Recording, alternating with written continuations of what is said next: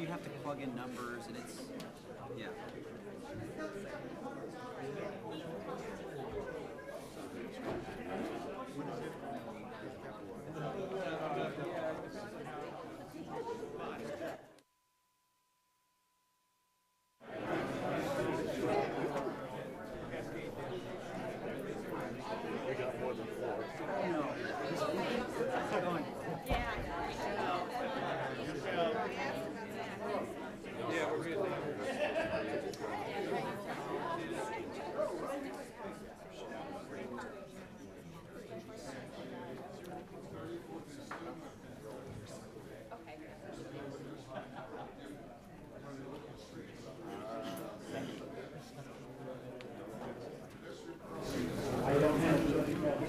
Just late.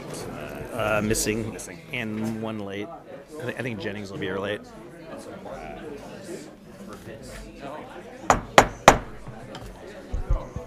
Okay, we will call to order the November 12th, 2018 meeting of the Sacramento Regional Transit District Board of Directors. Would the clerk please call the roll to establish a quorum? Director Budge. Here. Director Hansen is marked as being absent. Director Harris. Here. Director Hume. Director Jennings will be late. Director Miller. Present. Director Morin. Here. Director Natoli. Here. Director Chenier. Director Cerna is marked as being late, and Chair Kennedy. Here. With that, we have a quorum at 96 votes. Great. This meeting of the Sacramento Regional Transit District will be cablecast without interruption on Metro Cable 14, the local government affairs channel. Tonight's meeting will air on November 14th at 6 p.m. and webcast at www.sacmetrocable.tv. It is also closed captioned. Members of the audience wishing to address the board should fill out a speaker card located at the rear of the room and provide it to me or Adam.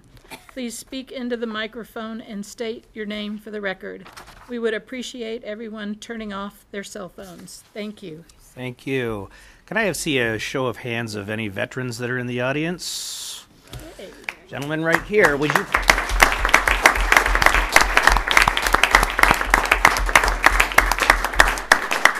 Partially because of your service and also because one of our directors, a former Raider, is not here. So would you please, would you lead us in the Pledge of Allegiance?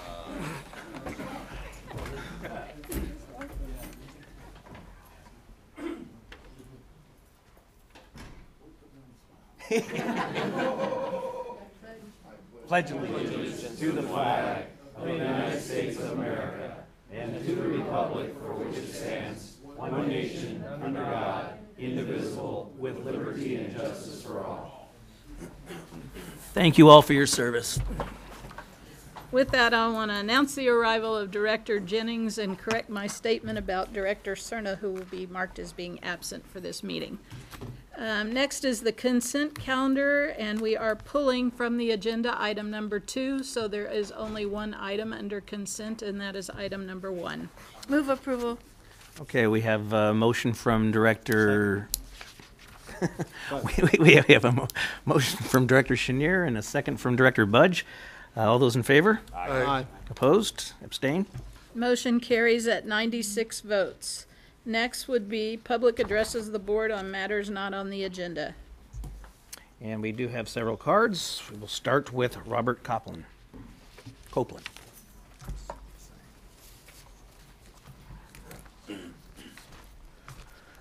Last Tuesday on Election Day, the wire came down between City College and Florin, and some of the people were told to get on the wrong shuttle bus. Can you fix that next time that happens so they get on the right shuttle bus and go in the right direction? Because I thought that was an inconvenience to the people that got on the wrong shuttle bus. They were told to. 2, your bus system needs to be improved seriously. I mean, some buses don't run on Sundays or they run once an hour. You've got to give people a reason to ride RT. And I don't think you're doing a very good job of it. 3, when's the route optimization supposed to be completed? I would like to know that because I'm going to oppose it if that's what I've heard so far. Because it's a terrible plan. then last point, some of your RT bus drivers need to have sensitivity training or not be so combative to the people that ride the bus. Because I was getting off 86 bus on election day and said one of the RT bus drivers had a bad attitude when I got off the bus. I find that unacceptable. Thank you. Thank you. I appreciate the input, Robert, and we always try to do better, but I will say in defense of our drivers that I am a regular rider of RT on a daily basis, and I'm very, very proud of the employees that we have, and they represent us very well. Helen O'Connell.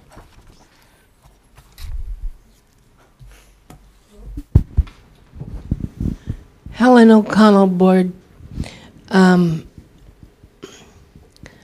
been trying to find out why the super senior discounted fare is not publicly notable. I've got a little pocket flyer that has almost all the rest of the discounts on there, and ages 19 to 61, senior 62 and over, disabled, student K through 12. It has all of those on there, but it doesn't have the super senior on there, and I think if it's available, it should be publicized so that people on a fixed income being 75 and over or even 80 and over should be able to find the information. That's all I have to say. Thank you. Thank you, Helen. Henry, I'm sure that the appropriate staff heard that and follow up. Thank you. Mike Barnbaum. Good evening, Chair Kennedy, members of the board. It's going to be a very busy month leading to the end of the calendar year. So let me just let everyone know of some upcoming meetings of interest. Some are related to your agenda this evening, and some are just related to transportation overall of interest to the Sacramento region. Tomorrow, the Folsom City Council at 6:30 p.m. Will be taking up in item 8 the question coming back of annexation into the RT district following a very successful open house on October 30th in the senior center next to the community center and City Hall.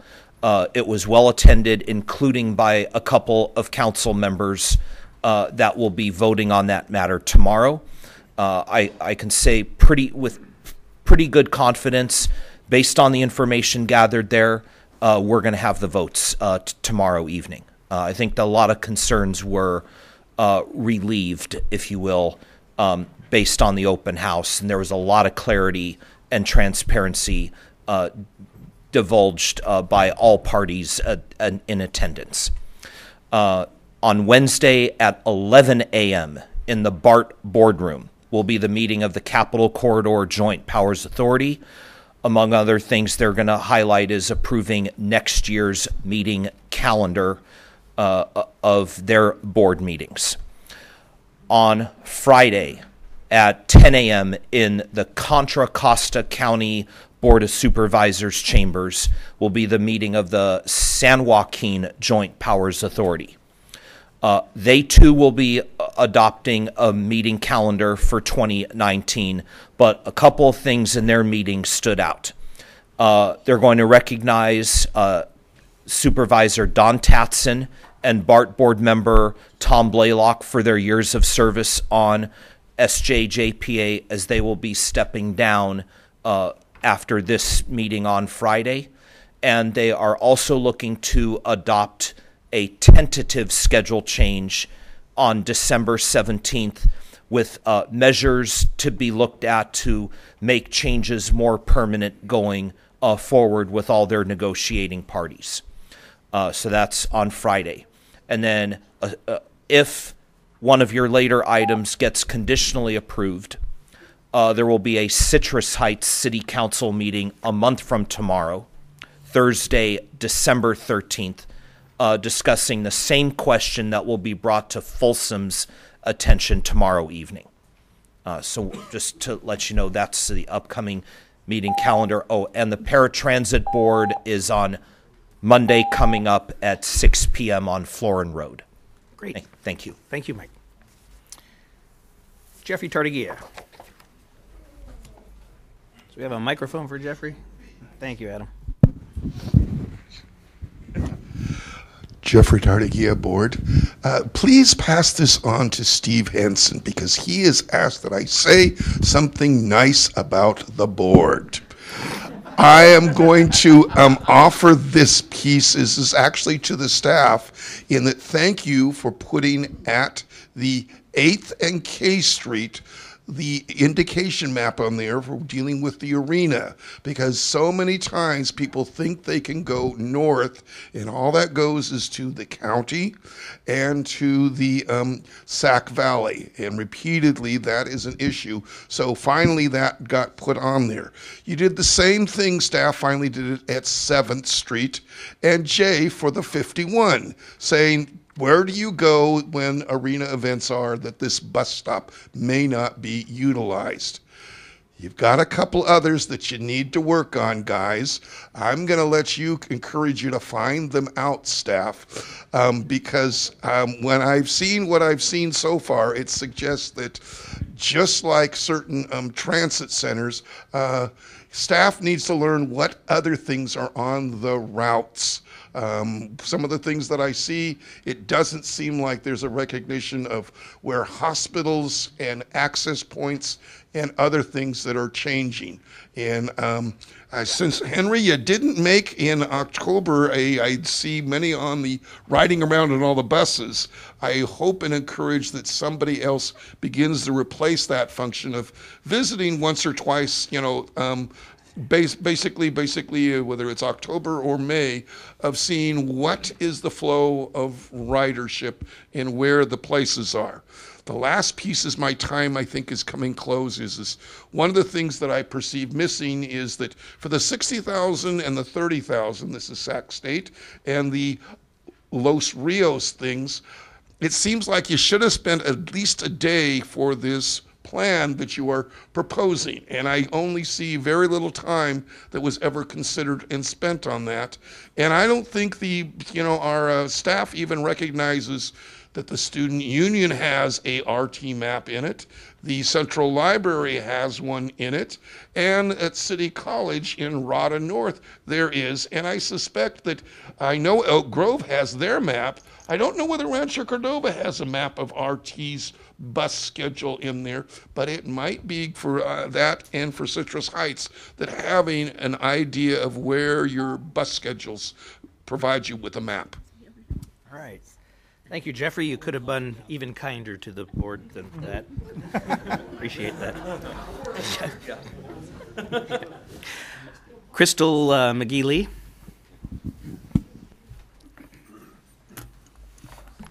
Good evening, Mr. Chair, distinguished lady, since I see one lady, and gentlemen.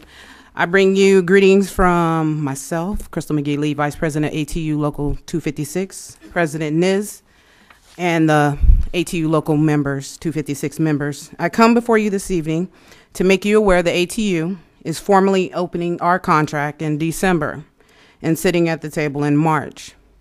RT and ATU have had some accomplishments: the transit agents, the microtransit, and Folsom Annex, which we're waiting on. Still, there have been many issues that are still troubling. The new attendance program, arbitrations, and the overall tone and tenor between Mr. Booth, Labor Relations, and his staff, and ATU Local 256 leadership and the membership. President Niz and I will assure you that we will bargain in good faith. But with the troubling rumblings occurring with ASME, it's hard for us to ignore, and it would be short-sighted of us not to prepare our members and rally our political allies, the incoming Governor Newsom and the Mayor, Mr. Steinberg. In closing, President Nez and I and the ATU members appreciate you listening to me, and we look forward to our negotiations. But we also want to let you know that we want you to have a blessed and safe holiday. Thank you for listening and taking the time. And that young man over there for the bus 86, I extremely apologize if you had a bad experience. Did you get to vote? Did you get to vote? Yeah. Okay, then you got there. You did the most important thing. But thank you, and I'm sorry that you had a bad experience, and we'll make sure we work on that even further. Thank you. Thank you. Thank you. Rick Hodgkins. Rick Hodgkins? Yeah, if I can get a portable mic. Yeah, we'll get one to you. There you go. Thanks. If I can just piggyback off of what the previous two speakers had to say. First off, Robert Copeland, although this is also to the board and also to Mr. Lonergan back there, I had two situations this month. I haven't had a driver this month have a bad attitude, but one time I almost got left behind, and the second time I did get left behind. First off, I'll just say this. Sometimes when I ride the 82, there was a short time when I would ride bus 1 to ARC and get off and ride the 82 to another destination. And just as I'm working my way across the street, or even before I have a chance to cross the street, the 82 going to where I need to go pulls away. Which means I have to wait yet another half hour for another 82. And when some of the Connect card things don't work on the buses, I try and swipe my card until I hear the correct tone, and some drivers on the 82 have a bad attitude problem, wanting me to sit down, and I kind of I'm one of those people that likes to give them their own medicine, kind of like what I used to do to staff at the California School for the Blind when I was a student there, only to get a bang on the head from the CHP. Second, that happened, I had an incident with the 82 where I was at Butano and Watt, or was it Butano and Cottage? I think it was Wednesday, October 17th or Wednesday, October 24th. It was at the 2 or 2:30 p.m. Hour, and I was waiting for the 82, and I was sitting at a bench underneath the bus shelter, and the 82 almost pulled away, and I had to yell out, "Hey, stop, stop." And luckily, I was able to get on the bus. And I had the driver should have stopped when he saw me sitting on the bench. And hopefully I could talk to Mark about this. And then on Friday, October 26th, this was the very last bus 21. I was I needed to go from Sunrise and Macy Plaza across the street from Target back to Sunrise and Antelope. And the last bus that went towards Sunrise and Antelope just passed me up. I mean, what a knucklehead. So I had to get on a bus that came a half hour earlier, and I had to let the driver know that I was here for an hour, and the last bus that I wanted to get to go to Sunrise and Antelope passed me up. And he had to call dispatch and ask, quote, is it okay if I take this person that's blind to Sunrise and Antelope because the last bus passed him up? And the dispatcher, I think, blamed me for the problem, saying, well, we can do it this one time, but I can't be passed up. And to the lady from ATU, yeah, please work with the drivers on their bad attitude, because that's just not acceptable. This is not the California School for the Blind, for God's sakes. This is a city and county of Sacramento. Thank you. Thank you very much, Rick. Greg Geach.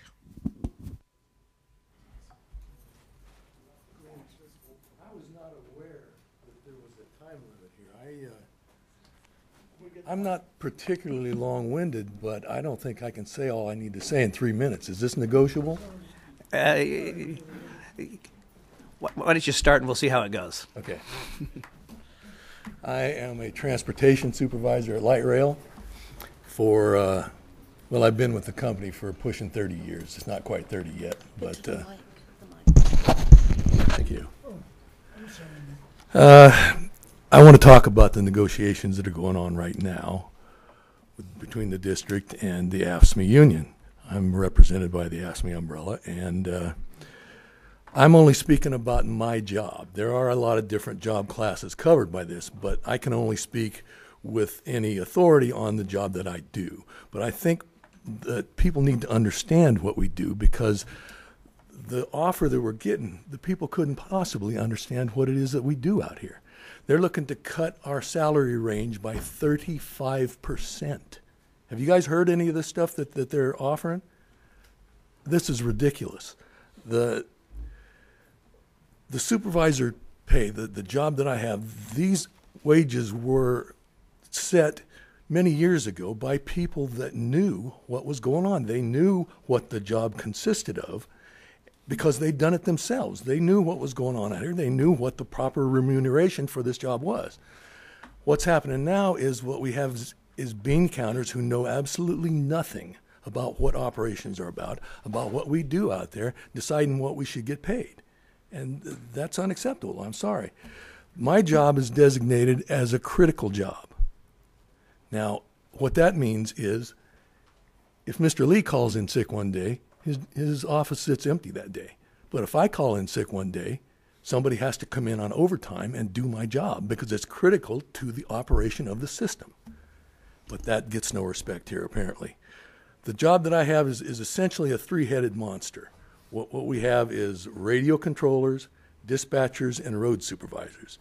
Now, a radio controller controls train movement on the line.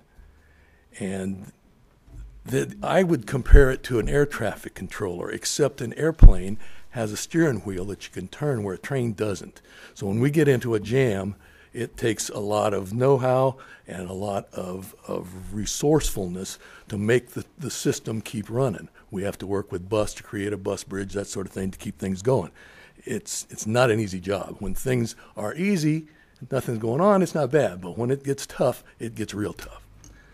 The dispatcher job, on the other hand, is what keeps the operators, it assigns the extra board for each following day, and it makes sure that the operators show up and do their work. If someone doesn't show up, you can't just leave that train empty and park it. You have to have somebody out there. So we have to have an extra board. We have to keep that going. It's a juggling act. Most companies that use dispatchers, that's all they do. If you have a taxi company, you have a dispatcher, that's all they do. Or a trucking company, they have a dispatcher, that's all they do. But our job is different. We have, like I said, a three-headed monster. And the pressure in the dispatch job is tough. It can turn your hair gray, believe me, or make it fall out, or both. Oops. The road supervisor job, that's a whole different story also. It requires a lot of interaction with the public. You're dealing with public issues, problem passengers who have problems. You got to be able to make a broken train move. A lot of times the train will quit out there for who knows what reason, and the person that's first to respond needs to be able to make that train go. I'm one of the guys that can do that. I spent 10 years in the shop before I became a transportation supervisor, and when we get out there and respond to that train, we need to make the wheels turn because things jam up in a hurry. That's part of the job. We have to clear track blockages. If you've got an accident or somebody parked on the tracks, you got to get them out of there. It's tough, but there are tricks. There are ways to make it happen. We have to do accident investigations. Some accidents, we unfortunately have quite a few accidents. Most of them are small fender bender type accidents, but some of them are more problematic. Some of them, in fact, are fatalities. I myself have responded to a handful of fatalities over the years, and it's not a very nice thing to have to do. One that sticks out in my mind was a guy that was at Marconi Station one morning on a Saturday a few years back. He went to get on the rear car of the train, and the operator already cleared the doors to leave, so he backed up and sat on the coupler and thought he would ride the coupler to the next station. Well, he made it about 10 feet when he went down under the train. He was wearing a coach's jacket, a denim coach's jacket with the raglan sleeves and that, and you could see a blue stripe of cloth mark on the tracks embedded in asphalt in the station. Then it goes to open rail at the end of the station. You could see that stripe till it got there, and at that point, the train cut him neatly in half, in two separate and equal pieces. Now, he had a kind of an odd look on his face, a surprise, like I didn't expect this. But the thing is, what I've noticed in my lifetime is some of the good things that we do and some of the best things that happen in our lives, they kind of fade with time. You have trouble recalling all the details in that, but I can tell you that you have no trouble recalling those details. Those stand out in your mind, even when you don't want them standing out. They're there. Got it. But that's part of the job. If you could wrap up, I did give you extra time. By the way. I appreciate that. Yeah. I'll try to hurry, but I do have a little further to get going. Okay. What's being messed with here are career employees. I've been here bumping against 30 years. There are people in this room who do the same job I do with more than 30 years in the company. And we're being pushed out right now by the offers for retirement. The retirement is the reason I'm here. My plan was to retire at the end of January. I don't know if you're aware, but the feds have a 3-year program where if you haven't put a full amount each year into your 457, your deferred compensation, you can have a 3 years where they double the non-taxable amount you can put in. I've been on this plan for 5 years now. I'm in my 3rd year of that. A couple months to go, retirement. Looking forward to it. However, with what's being offered, myself and a whole bunch of other people are having to slink out of here like thieves in the night.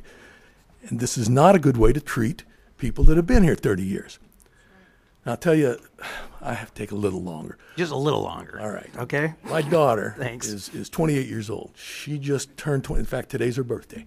She went to Sac State for a couple of years. She went to Long Beach State for a couple of years, and she was recruited by Toyota at Long Beach State.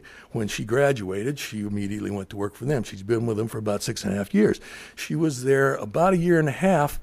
She has a defined benefit retirement program. You understand what that is, as opposed to a 401k. Well, she's been there about 1.5 years, and Toyota decided to change to a 401k program. So what did they do? They drew a line on that date, and they said anyone employed by Toyota before this date will maintain and retain their defined benefit program. Anyone who hires on after that date will go to the 401k. Now, why did they do this? They told them, because we're going to honor the promises we made to you. We appreciate, we respect our employees, and we're going to treat you as you need to be treated. But apparently RT doesn't see things that way, because those of us who are career employees are being pushed out by the new retirement that they're trying to impose on us. You guys need to understand how major this whole thing is. This is no way to treat long-term employees, not at all. You're now at 8 minutes. I know.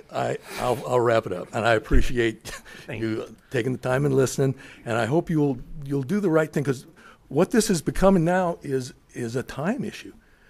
If we don't tell the retirement people that we're leaving by the end of this week, it's going to screw things up. We're not going to be able to make it happen.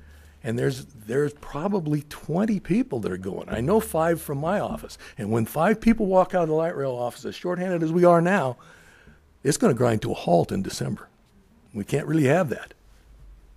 So anyhow, thank you. I hope you guys will do something about this, because it's a necessary thing. Thank you. We deserve better treatment. And thank you, and I thank you all for being here tonight. Thank you.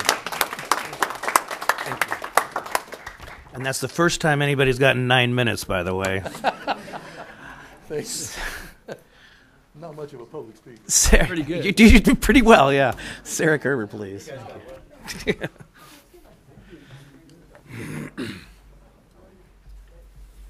Hello, my name is Sarah Kerber with the Sacramento Transit Riders Union.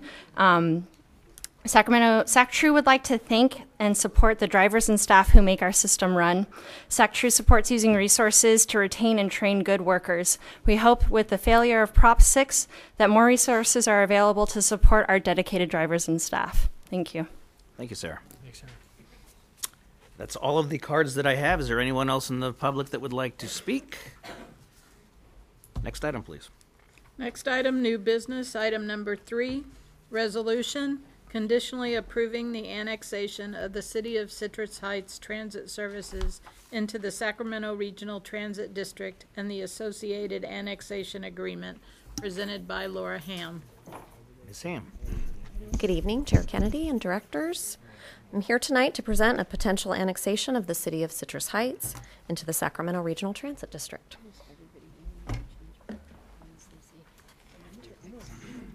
Since the city of Citrus Heights was incorporated in 1997, SacRT has operated regional fixed route bus and local circulator routes under contract with the city.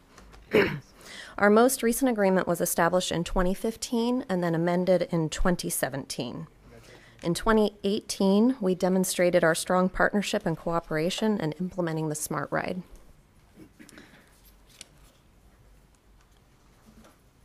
Our annexation discussions at the staff level have been extremely positive, and as noted on this slide and in the staff report, there are a number of benefits to moving from a contractual arrangement to annexation.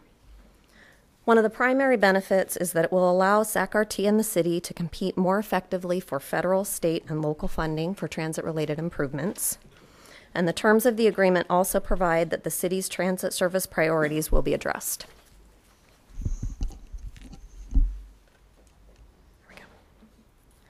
I'll highlight the significant terms of the agreement for you in the next couple of slides.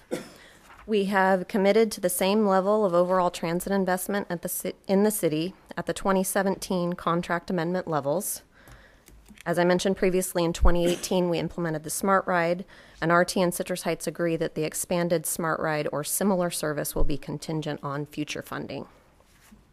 We mutually acknowledge the need for improved connections, and also that there may be funding and jurisdictional challenges to immediately addressing this issue. We are committed to exploring high-capacity bus corridors in our upcoming study on this topic. We have received grant funding, and this is tentatively scheduled to kick off in early 2019. We will review and monitor travel times on an annual basis and collaborate on strategies to reduce travel times related to congestion, such as route design and transit-supportive infrastructure improvements. Future planning includes incorporating the priorities established in the 2018 Citrus Heights Transit Plan, including the needs for improved connections, as I just mentioned, as well as local circulator service. We will establish annually a method to measure and track service and collaborate on future planning efforts. We will continue to provide ADA complementary paratransit service, including the expanded service that provides connections to several medical facilities in Roseville. SacRT will dedicate staff to bus stop and shelter maintenance. We will aggressively seek funding opportunities to provide investments in transit infrastructure, marketing and education, new mobility options, and service enhancements. SacRT will claim TDA revenues directly, with the exception of bike and pedestrian funds. We have agreed to provide a transit fund roughly equal to the amount of the TDA administrative fee, so that Citrus Heights can continue to fund transit-related planning, capital, or other transit-related efforts. This funding is flexible and can be directed to SacRT for bus service as well in the future, if that's so decided. There we go. So lastly, Citrus Heights Council will take action on annexation at their December 13th meeting. Therefore, staff is requesting that the board conditionally approve the annexation of the city of Citrus Heights, contingent on the city approving the same. Thank you. 5 slides. That's pretty awesome. Thank you. Is there any comments or questions? Mr. Miller? I think I should. I did disagree. I thought Citrus Heights was annexing RT, not the other way around. Oh, okay. But I did want to thank both regional transit staff and Citrus Heights staff for hammering out this deal. I think it's about time. Great. That we become part of the family, and I believe this is good for all, especially the region, and what we'll be able to do as a whole. All right. And that is a motion. Okay. Director Moore. Second. Yeah, just to, Folsom's efforts in the same regard, and we took this up right after we made the similar action for Folsom last meeting. A couple of our council members had some concerns based on concerns of our riders, so I'm confident we had the votes that night, but I think it was more important to alleviate those concerns and approach this making sure everybody had all the information, including our council members. And I just wanted to thank regional transit staff as well as our city staff for conducting a second open house to answer some of those questions and concerns. So we will be taking this up at our council meeting tomorrow evening, and I'm very confident that that it'll get the support there. So just wanted to update folks on that. Great. Thank you. Any other questions, comments? All right, we have a motion by Director Miller and a second by Director Budge, but I do have some cards. Russell Rollins, which I didn't see, Russell. Oh, you're not in your usual place, Russell. It's dark over there. Yeah.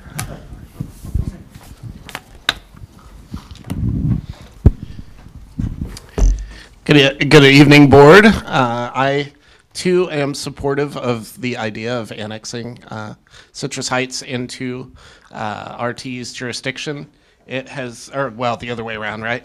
So, okay, right, merging. just take over, right? So, as someone who grew up in a suburban region, I know how difficult it can be to get the appropriate level of transportation access. And I see this as a highly positive change. I do hope that RT will continue to commit to look to expand service in the region out that direction, because I know that there are a large number of people out there that would love to be better integrated in the system. Thank you. Great, thank you. Mike Birnbaum. Yes, thank you. I will second the motion by Mr. Rawlings and support the annexation of Citrus Heights into the Regional Transit District. Similar to Folsom, it goes without saying that it makes the competition stronger when going after grant and other funding to be a whole district instead of separate parts. That's a real key benefit to both this happening in Folsom and Citrus Heights. My question, though, for Laura would be, how does this annexation, how is it similar and or different than that of Folsom? And my question for Brent would be, how would the vote allocation be come Monday, January 14th, assuming that that would be the first board meeting of 2019, be with Folsom as a full member, Citrus Heights as a full member, but only Elk Grove not quite yet being a full member? At the last meeting of this board, when they were taking up the conditional approval for Folsom, a slide was shown with just Folsom annexed and everyone annexed. And there wasn't a Folsom plus one, but not the other. So yes, if I were on the dais, that would be a question I have of Brent and staff. How would that look like come January 14th, 2019? But other than those outstanding questions for both Laura and Brent, I support the motion of this and would forward it to the Citrus Heights City Council on Thursday, December 13th. Great, thank you. And Laura, you want to respond to any of that? I believe that what they're going to do is they're going to give all of the votes to the County of Sacramento. I will quickly answer the question, although I suspect Mike knows the answer to it. But the main difference is that RT has been operating service under contract to the city of Citrus Heights for a number of years, so we are already operating that bus service. Whereas with Folsom, we had a number of operators operating their bus service now that would be transitioning over to RT. So those are the significant differences. Good evening, Chair Kennedy. Well done. Stop right there. Well, success today. All right. So just to give you a quick update on the voting share today, the city of Sacramento has 36 votes. If Folsom and Citrus Heights join, there would be 32 votes for the city of Sacramento. For the county of Sacramento today is 42. Under this combined annexation, it would be 37 for the county. Rancho Cordova has 10. It would end up with 9. Citrus Heights currently has 5. You would get 10. City of Folsom has 3. You would have 9. Elk Grove has 4. They would drop down to 3. And I think that was it. So, Ms. Budge. so then I need to ask, if we're all trying to be equal partners, why does Citrus Heights get 10 votes?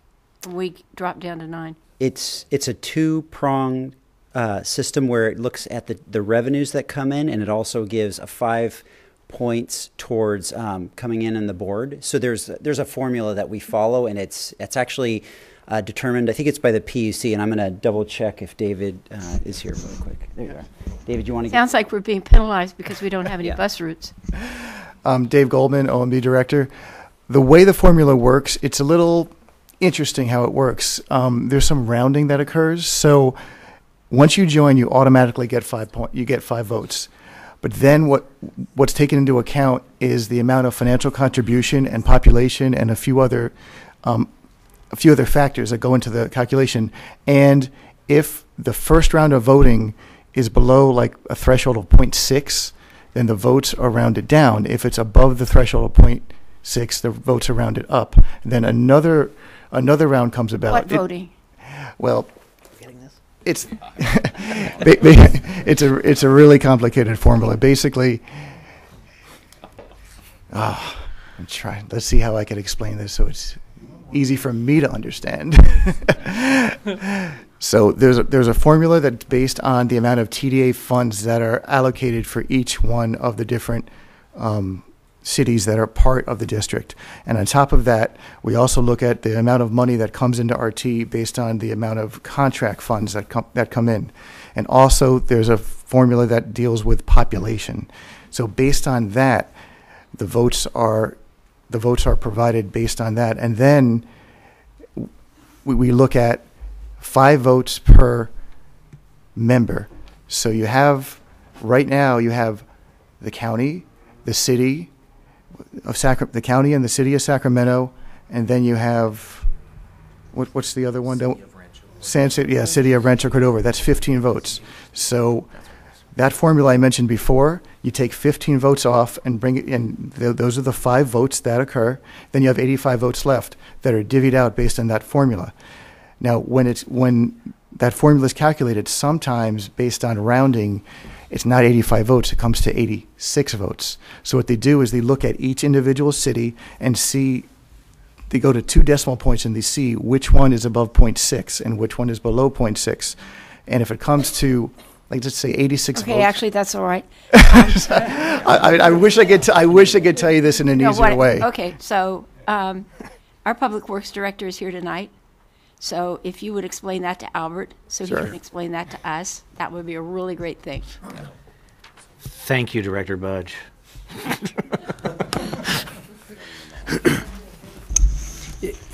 If I could, while we're on that, though, again, it's complicated. That was clear by the explanation. But I guess I'm curious, though. So recognizing the City of Sacramento and County of Sacramento obviously had large chunks, but for the other member cities, if they're once in, and I think the difference was Rancho, when they incorporated, they were made a part of this district. Right. And we're the only ones. Yeah, and Elk Grove and Citrus Heights were not. Obviously, Folsom had long standing and came up has come on board. So is there no recognition of that? Because of the 3 entities, Rancho was, by virtue of the agreement under the LAFCO termination for incorporation, they were part of the district. And obviously this district was very clear in communicating that during the hearings leading up to that, because Elk Grove and Citrus Heights were not required. So I recognize there's an adjustment and there may be some rounding, but for Rancho then to actually lose a vote in this sequence, will they be able to make that up? Or are they going to be, every time somebody gets added in, i.e. Elk Grove, is Rancho going to adjust it downward in order to get the 5 bonus to Elk Grove? as a part of it. Yeah, and this has absolutely nothing to do with my dear friend sitting on the other end of the No, I'm just But Don is absolutely right. We're of the three. We're the only one that was mandated to join by the 4 different LAFCO resolutions, and we've never gotten our TDA money. It's always come to regional transit. So, we've been plodding along like this for 15 years now, and it just doesn't seem logical to lose a vote. I mean, unless this organization were structured kind of like the library authority, where it depends on your population and you go over 100,000 or whatever, and then you get another vote. That's logical. But what's your population, Steve? About 84,000. 84? Yeah, and we're at 75, give or take. So That's worth an extra vote right there. I don't think 10,000 votes qualify. And it is the TDA contribution as well, and we haven't seen that. So if I appreciate there's a formula, it just seems illogical. Staff appreciate the feedback from the public and from the board. We will take a look at that, further analyze that, and get back to the board. Thank you. You're welcome. Okay, anybody else? Yes, I know. All right, next we have Rick Hodgkins. Please get Rick a mic. Good job. Okay. Chair Kennedy, members of the board. Rick Hodgkins, disability rights advocate, disability rights activist, and disability rights extremist. I rise in strong support of this annexation with one goal in mind, that we start expanding the 21 in both directions before 6:30 a.m. on Monday through Friday morning, and after 9:30 p.m. Monday through Friday evening, before 11 in the morning on Saturday and Sunday, and after 6:30 p.m. on Saturday and Sunday. The 21 deserves both high coverage and high frequency, and as I was telling Henry over here, that any bus that goes to light rail, I understand that not all of our routes feed into light rail stations, but that those routes that do feed into light rail stations, such as the 21, should be allowed to get both high coverage and high frequency. That way everyone makes their light rail train, because I've had 2 drivers tell me, maybe more, that they don't take into account stoplights and traffic when it comes to planning these routes. This is something that should have been done over 20 years ago when Citrus Heights became a city. They should have been automatically annexed into the district. That would have been the smart thing to do. And now that we're a city 21 years later, in annexing, I would highly recommend that the 21 be given not only high coverage but high frequency, because it is a bus that feeds into a light rail stop, and I'll talk more about that when we get into SAC RT forward. Thank you. Thank you. All right, anything else from the board? Questions, comments? We still have a motion by Director Miller and a second by Director Budge. All those in favor? Aye. Opposed? Abstain. Thank you. Motion carries at 96 votes. Next item number 4, information, SAC-RT Forward Alternatives Report and Public Involvement, presented by Laura Ham. Hello again. Tonight, Michelle Poirot from Jarrett Walker & Associates will share with you the alternatives that we have been sharing with the public over the past month. As you can imagine, we've gotten some pretty strong reaction to these alternatives, and that's a good thing. We are now moving into the phase of the project where we will draft actual networks. The draft networks will include input from public outreach and peers. Public outreach is not complete yet, but comments will be collected and considered as part of the network design, as well as your input tonight. We plan to bring draft networks back to the board at the December 10th meeting, followed by another round of public outreach to seek input on the draft networks, and we hope to have board adoption of a network early next calendar year. So with that, here's Michelle. Thank you, Laura. Good evening. Chair Kennedy and members of the board, thank you so much for spending some time on your agenda to talk about this process. So I'm going to try not to cover information I've covered before. I think this is my third time speaking with you, once in the spring and once at your retreat. So I will do some hearkening back to conversations that we've already had. Here is some hearkening back. The big question we're tackling in this phase of this project is how should SAC-RT balance competing goals for your existing transit budget? So the gentleman who spoke first tonight said, why don't you have more frequency on Sundays? Why don't you have buses that come more than once an hour? He said, give the people a reason to ride. And he's describing something that is very true. When you increase levels of service on existing high ridership routes, higher ridership is the typical result.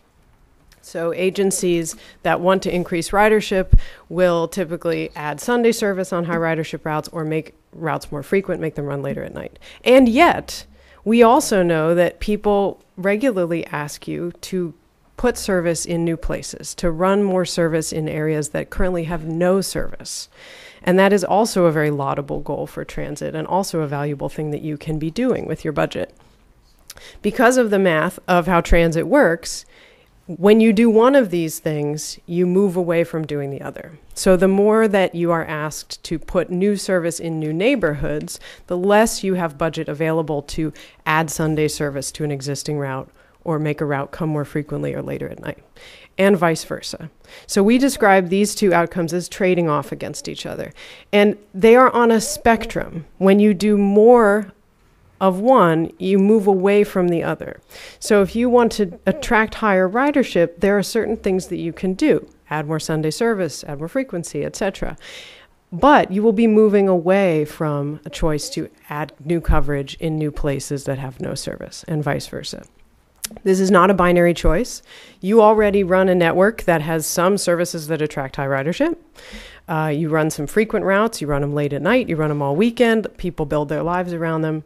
You also run some services that don't get very much ridership relative to their costs, and that's not the point. They don't exist to get high ridership. They exist to cover important places and to help vulnerable people have at least some lifeline access.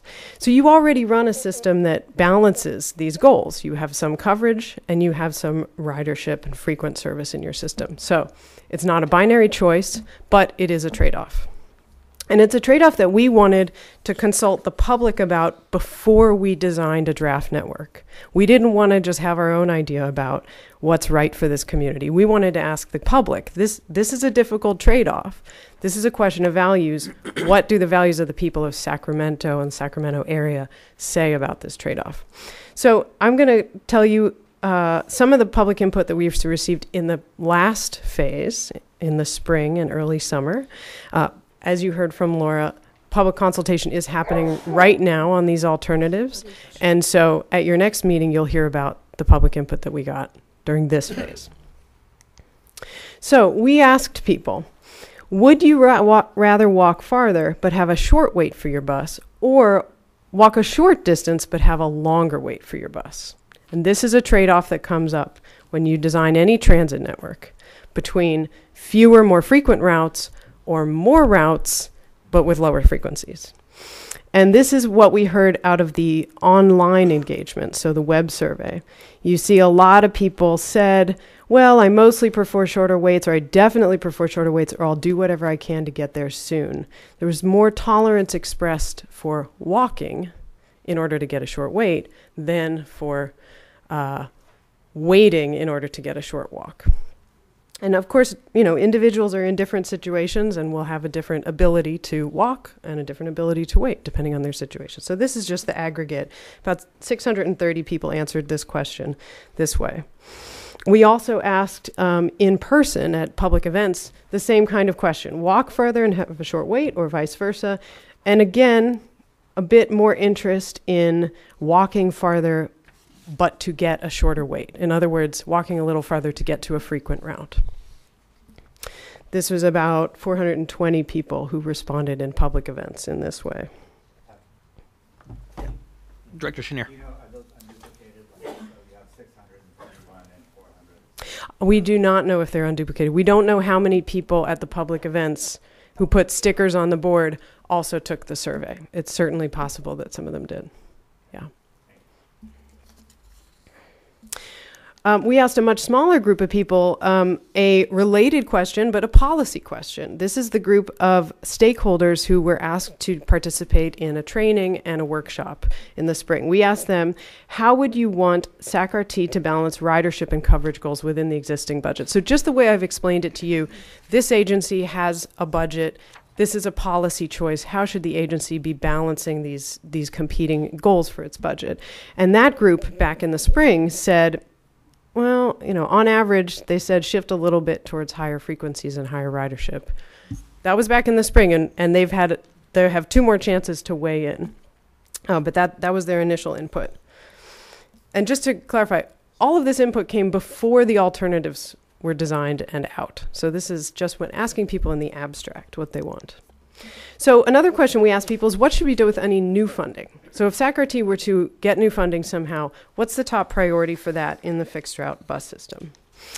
And from the stakeholder group, so this was again that group that went through the training, the top choice was higher frequency, but a close second was wider geographic coverage, and then later night service, and then some other desirable things. We asked the people who took the online engagement, more than 600 people answered this question. If you discovered new funding, where would you spend it first? Again, first, most popular was higher frequency. The second was covering places that don't have service. Next was weekday night service, and so on. And it's very normal for people, for the same person to say, my top priorities are higher frequency and more coverage. I think we can all understand why both of those things are so desirable. We asked people in the public meetings, and in the public pop-up events, if more funding became available, how would you like it spent? Again, higher frequency. And then, interestingly, more service on Sundays and more service on Saturdays were very popular at those public events. Not exactly sure why. But hundreds of people gave input this way. So that is a summary of the input from the last phase. Then we produced these 2 alternatives. And the purpose of these alternatives is not that one or the other should be implemented. We are not recommending one or the other. It is to create a space for discussion and debate. That space is in between the alternatives. So we are presenting them always as on a spectrum. That here's one end of the spectrum and here's the other end of the spectrum. Where, public, community, do you think SAC-RT should be in this spectrum between them? Some people look at one or look at the other and say, I love that one, do that, and that's fine. But we're also inviting people to say, you should be right in the middle, or you should be in the middle but a little more towards high frequency or a little more towards coverage. So that's the frame for the question. A couple of assumptions we made from these alternatives. One is we assume that there's no new budget. So we're asking the question the hard way, which is, if there's no new funding, then what is the more important goal? This certainly all becomes easier if there's new money, because then you can add frequency without cutting coverage, or add coverage without cutting frequency. We assumed that the bus speeds stay the same, the bus stops stay roughly the same, except, of course, if routes move, you move your bus stops. Specialized services such as some of the commuter expresses you do, the school-related trips, also your contracted services with Rancho Cordova and Natomas don't need to change.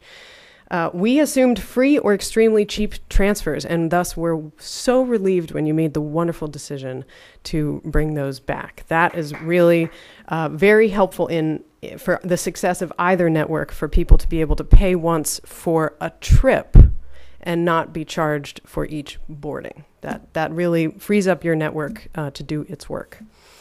And then finally, we assumed a blank slate. So we didn't start with history. We didn't start with the assumption that things should keep being done the way they've always been done. But there are some routes that you see in both alternatives that exist today, and that's because they make a lot of sense. They're good routes. They take people where they need to go. There's no reason to redesign them, but we didn't keep them around just because anyone's sentimental about them or because they've always been there. So it's a blank slate. I should say one more thing that I forgot to put on this list. It's not so much a key assumption as a design decision. Both of these alternatives include something that it is not a given RT should implement right away, and that is longer routes. Both of these alternatives include longer routes than RT currently operates. RT's existing network, I may have told you this story before, I can't remember. And some of you know this story, I'm sure, because you were part of it. They were designed as feeders to light rail stations to take people downtown. The region has changed, employment has changed, the economy has changed, and now it doesn't make sense to have all your routes just feeding light rail stations to take people downtown. People actually want to go cross town and around town for all kinds of purposes. But the feeder structure worked very nicely when there wasn't very much congestion. All the routes could be timed to get to the train station at the same time, and so people could transfer between buses very easily without a wait, and then the buses all drove off. Well, that stopped working when congestion got worse, and now the bus timing can't work like that. And so you have these shorter bus routes that don't take people across town. They take them to the next transit center or the next light rail station, and then they have a fairly long wait to transfer, often, to another bus route. RT staff has done a wonderful job trying to time as many of these transfers as they can, but it is mathematically impossible to time them all. So one thing that RT can do in the future is run longer routes, so that a route comes to a light rail station or a transit center, drops people off, and keeps going across town. But this is not easy, and it does require some staff resources and support. This is something that agencies do find difficult to do. So I want to point that out as common to both alternatives, but something worth thinking about and discussing, not a given that that's actually advisable at this time. But it certainly bears great fruits for your riders if you can run longer routes. Okay, so I hope each of you has a packet that includes 3 maps, one of the existing network, the 2 alternatives, and then 3 frequency tables. This is the high coverage alternative. It is the most like the existing network, but it is not exactly like the existing network. So some of the routes follow different routes. Some of the connections are made in different places. This is just the map showing weekdays. We've also published a map of weekends.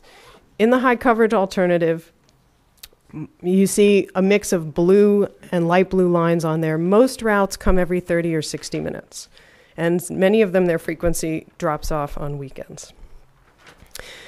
But it's very similar to existing. This is the high ridership alternative, very different from existing. Many, many more red lines, and the lines that aren't red are blue. So all your routes either come every 15 minutes or every 30 minutes.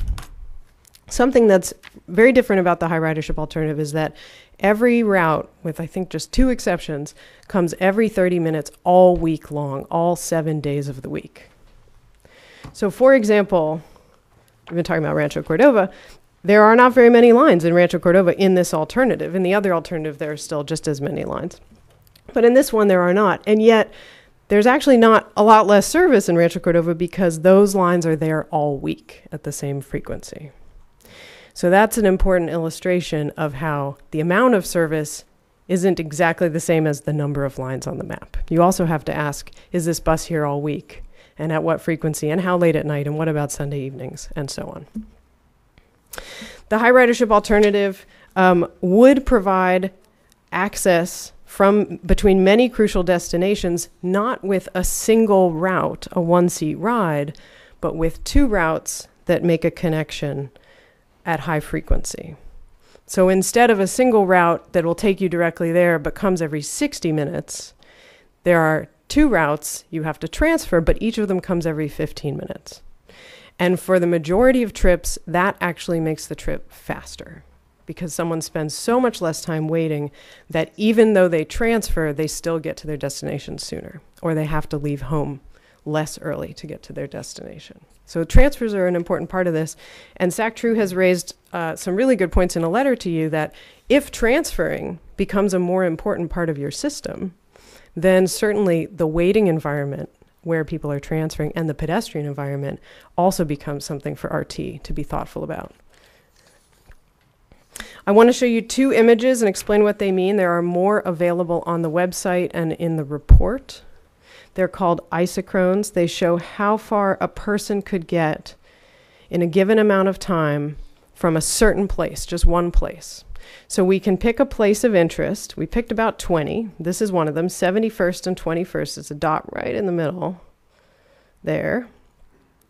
And then ask the question, on the transit network and with walking and counting all the time spent waiting, how far can somebody get on this alternative compared to the existing network?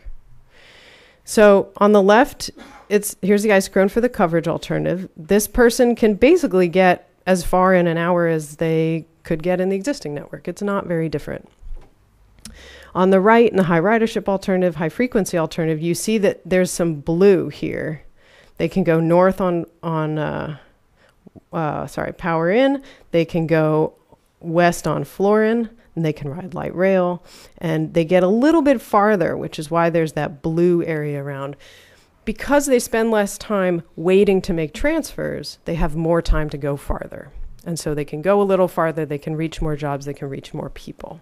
That's what the isochrones show. I don't want to spend too much time on it now, but we have 20 of these or 19 of these. We tried to pick places that were representative. We took some requests from the community, and they just illustrate how even on a network with fewer lines, sometimes you can still get farther faster. This one is for Willarga and Elkhorn, which I also know is a neighborhood of concern. Both alternatives would actually improve access for the people near this intersection. As you can see, there's some blue here where the coverage alternative improves access to the north, and there's blue here where the high frequency alternative improves access to the east and the south.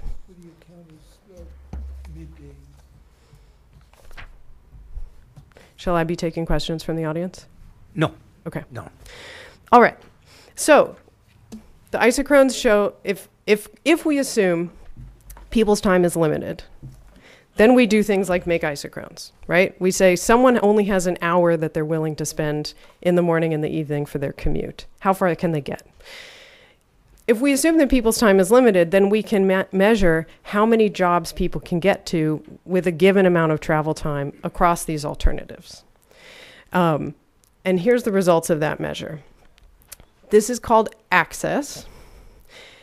High coverage alternative, access to jobs. This is how many residents could reach more or fewer jobs within an hour in the high coverage alternative. And what you see in this bar graph is this is like if you lined up every resident in your service area from front to back, and you had the people whose job access got much, much better stand in the front, and you put them all in green t-shirts. And then the people whose job access just got a little bit better stand behind them, you put them in light green t-shirts, and so on. And the people whose job access got worse, you had them stand in the back in pink t-shirts. And this is what that line of people would look like. There'd be a small number of people whose job access got fantastically better, and there'd be a small number of people whose job access got considerably worse. But basically, the median change, the experience of the average person, is no change in job access. Today, they can access 2,000 jobs within an hour, and in the coverage alternative, they could access 2,000 jobs within an hour. It might be a little different, they might be different jobs, but their access doesn't net change. And the same is true of low-income residents. We looked specifically at low-income residents. No net change in how many jobs they can access in a given amount of time. Access does change in the high-frequency, high ridership alternative. And again, it changes because people spend less time waiting and because the frequent services are put where the most people and jobs are located. And again, we have our line of people from the people wearing dark green t-shirts who can access tremendously more jobs to the people wearing pink t-shirts who can access many fewer jobs. And there are more people wearing green t-shirts. There are more people in your service area whose job access greatly increases. Today they can access 2,000 jobs within an hour, and in this alternative they could access 6,000 jobs within an hour, something like that. There are more of those people, which means that the median experience for a resident of your service area is a 9% increase in how many jobs they can access. And again, we asked specifically, what about low-income residents? And the median experience is a 14% increase in job access. So, thank you for persevering through those charts. This is the kind of information I really only show to boards because I know that you're thinking big picture and you're thinking about the whole service area and you're thinking about policy and the economy. And job access aggregated over your whole service area is what makes RT's service relevant to the economy. It is not the only basis for this decision at all. As we've already discussed, there are important reasons to run service, even if you're not getting high ridership on that service. But when people talk about the economy, this is what they mean. So to wrap up, not I personally, but the whole team, your staff especially, are doing 40 in-person outreach events this month, where they're going out to where people are in the community to ask them for input on these alternatives and on the spectrum between the alternatives. There is also an online virtual workshop, which is open through November 16th, so please encourage people in your community to take that. RT staff has also gathered input from operators about this. We're doing a public open house tomorrow evening for people who want to come in person. And it's great to have discussions with staff at the open house and ask questions and give input that way. And then, again, this is all going to be wrapped up with the results summarized for you at your December meeting. So, thank you. Great. Are there questions from the board before we go to the public? One question, Chair.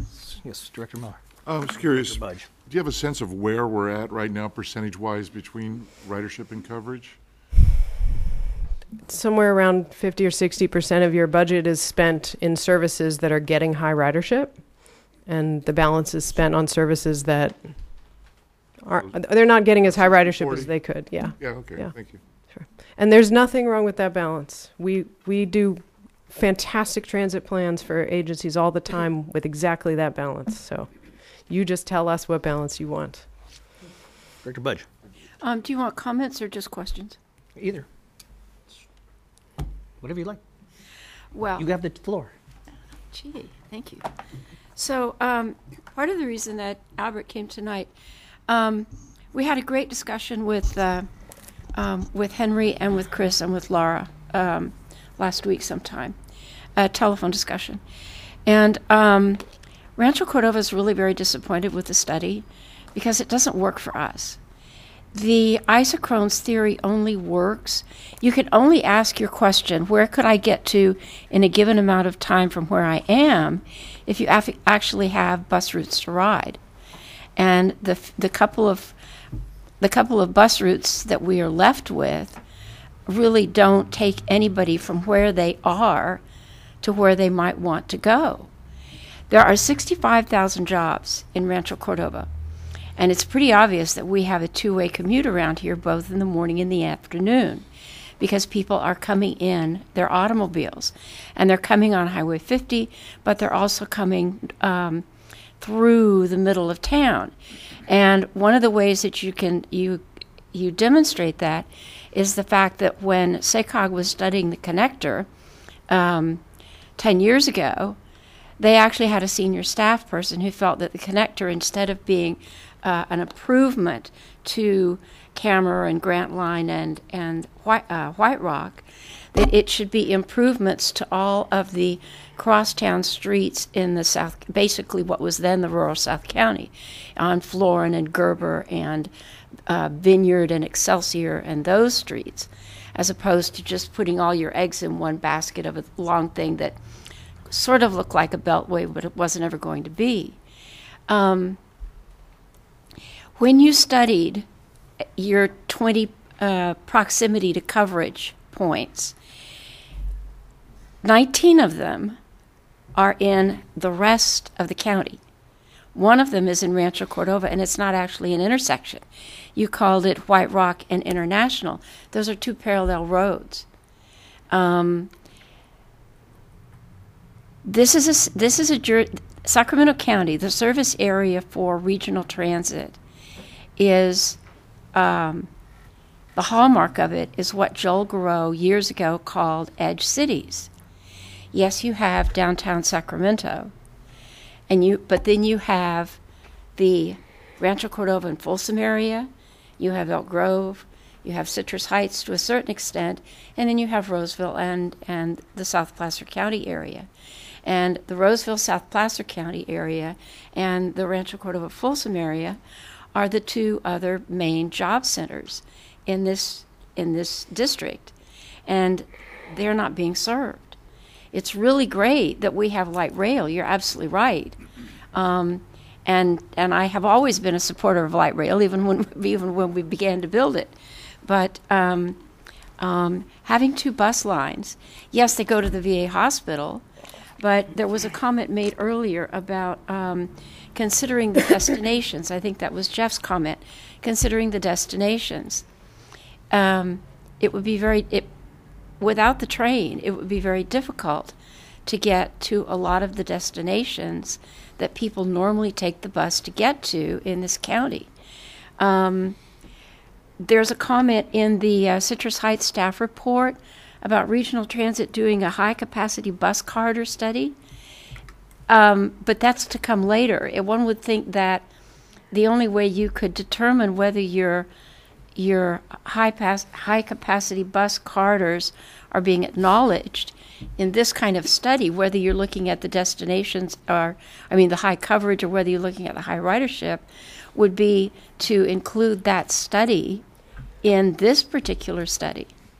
Now, Henry promised us that staff would get together with our staff, and we have a meeting coming on. They have a meeting coming up on the 19th of November.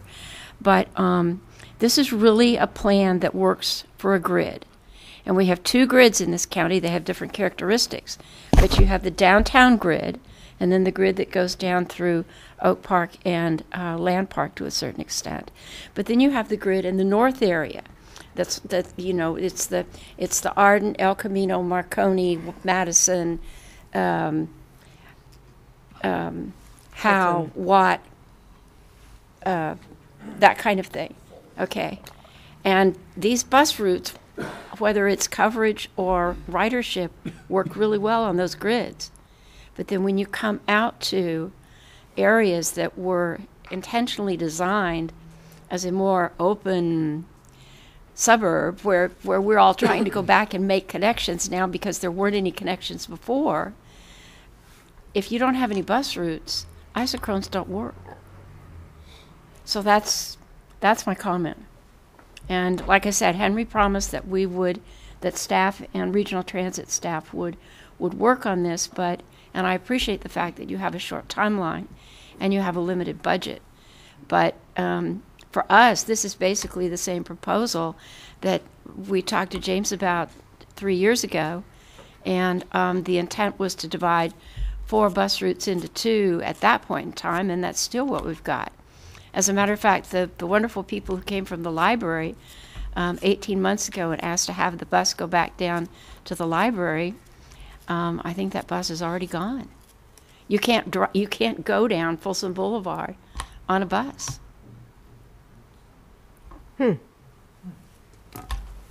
So that's my comment. Thank you. Thank you. Any of those before we go to public comment? All right.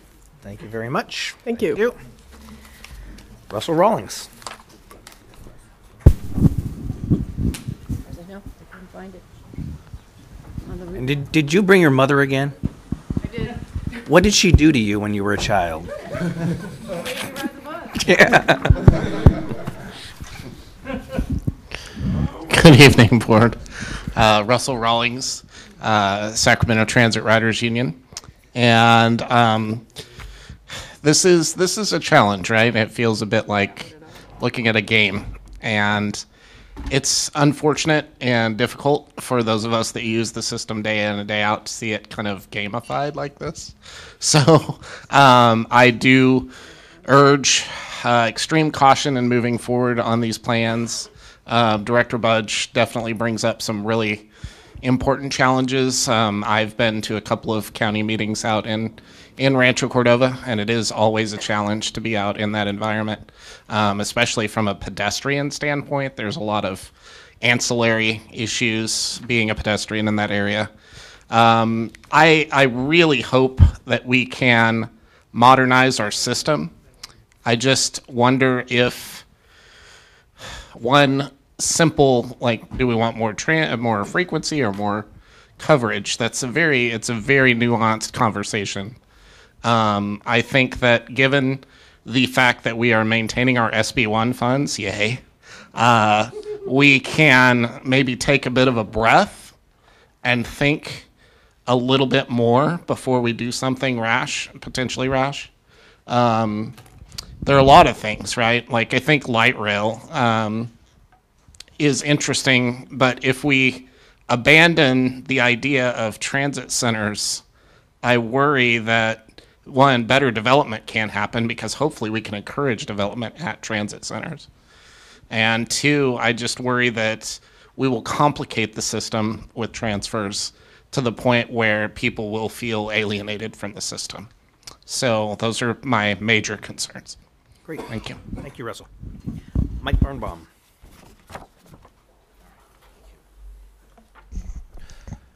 Thank you. Yes, I'm Mike Birnbaum, and I am in the stakeholders group.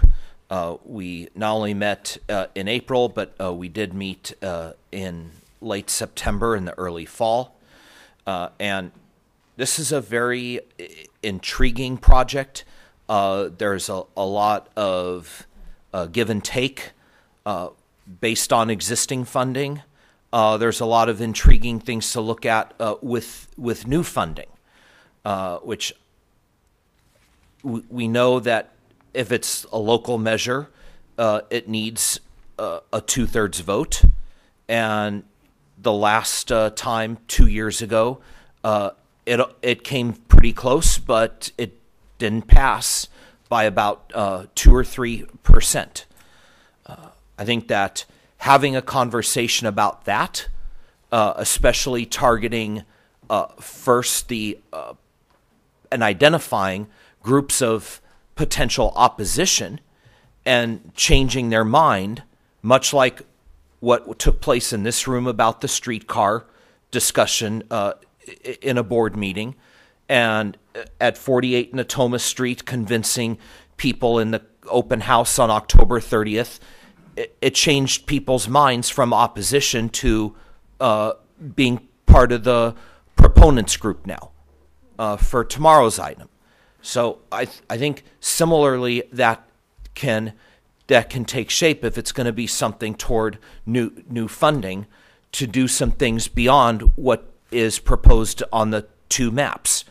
But at the end of the day, what it's going to come down to is what can be reported to the state and the feds. And did ridership increase? Not so much on the focus of rail and to reconfigure rail, but this is a study on reimagining and realigning an entire bus network. And at the end of the day, we have to think, another one rides the bus. Another one rides the bus. Oh, let's go. Riders walking down Sacramento County streets wondering where to go. Connect card and or money out, all aboard, let's all go to the show. Are you ready? Hey, are you ready for this? Are you hanging on the edge of your seat? Out of nowhere, the vehicle pulls up and stops along the curb of the street. Yeah. Another one rides the bus. Another one rides the bus. And another gets on, and another gets on. Another one rides the bus. Hey, are you going to? Another one rides the bus. How do you think I'm gonna get on when my bus route is long gone? RT took riders for granted for years, leaving many on their own. Are you happy? Are you satisfied? Can you stand a wave of heat? Out of nowhere, a vehicle pulls up and stops along the curb of the street. Look out! Another one rides the bus. Another one rides the bus. And another gets on, and another gets on. Another one rides the bus. Hey, where you riding to? Another one rides the bus. Hey, oh, catch it. Ride the bus. Ride the bus, yeah. Hey, another one rides the bus. Another one rides the bus. Ow, another one rides the bus. Hey, hey, another one rides the bus. Hey, yeah. Okay. Thank you, Mike. So that's the marketing piece of it, and we can put it on YouTube, Instagram, TV, and radio. It was officially longer than the original song. Thank you very much. Yes, and I did see Bohemian Rhapsody this weekend. Yeah. And that was an inspiration. Let me know if you want recording. Appreciate it, Mike. Yeah. Yeah. Yeah.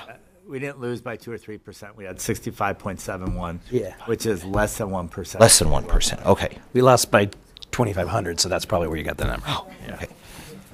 Okay. Close. Yeah. Thank you very much. Yeah. Jeffrey Tartagia. Jeffrey, I will give you an extra minute if you don't sing.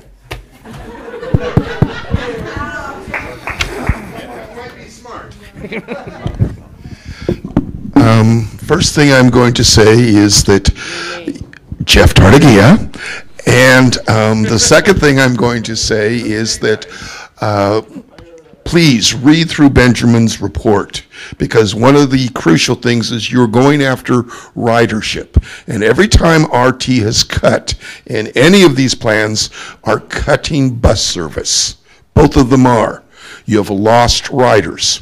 Right now, for Patrick and Don, know that by June, you're going to know more about 1,000 bus station stops in the county when we finish the report that's going on in the county right now of assessing and evaluating. Two of the things that dealing with your icon right through there is exactly what Linda has brought out, is that so much of Sacramento, you cannot simply do the walking, because there is not pedestrian paths through various areas. One of the examples I will use and offer to you is for, quote, high ridership is the 23 and the 25, because the claim by Walker is making it straight will get you greater ridership. Yet that is the biggest route to show you that it doesn't happen, because your 25 should be far busier with everything that's on it than the 23. And yet that's totally the opposite. I am going for the high coverage area because I believe it provides a better for all 7 days. If you went back to 92, and one of the concerns I have in both for light rail, which is not discussed here, but for bus service, is the headways, the times transitioning over. If congestion is the issue, there needs to be a major redesign and re-emphasis of what are, because you say the transfer points, if you don't go for a high-frequency system, but go for a coverage system, how do they translate over? I have pushed repeatedly, for example, with the 62 and the 30, which is in both diagrams through there, and yet the biggest part of that is the timing of the schedule. Most of the time, one is right behind the other. So that means that you have, which could be like the 67 and 68, which you run right here, where you have it every 30 minutes, but you're running it through the downtown area in 15-minute increments because you varied the schedule to do this. So that right here beside it, you come by that there is pretty much every 15 minutes. But one of the other issues I would offer to you is how many of the 15-minute schedules do actually work in 15 minutes? So much of them have problems that they don't work in 15 minutes, even the 30. You need to look at that, and that's not considered anything in the Walker's proposal. Great. Thank you, Jeffrey. Rick Hodgkins. All right, Rick Hodgkins.